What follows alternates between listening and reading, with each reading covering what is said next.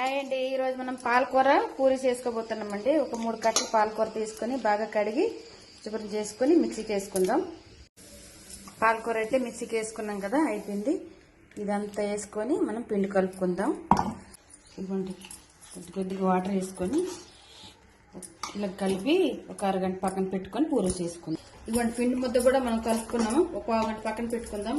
Curry గురించి ఇదిగోండి ఆలుగడ్డ కూడా ఉడికించుకుని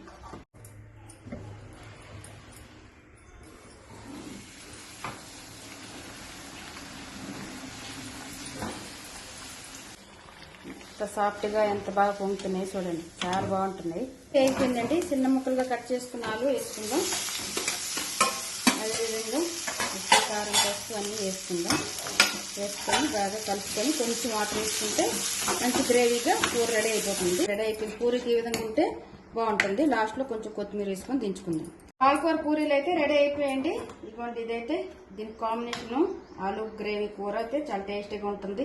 మీ అందరు కూడా ఇటువంటివి చేసుకోండి, చాలా టేస్టీగా ఉంటుంది. చూసారా ఎంత బాగుంటుంది పాలకూర పూరీలు.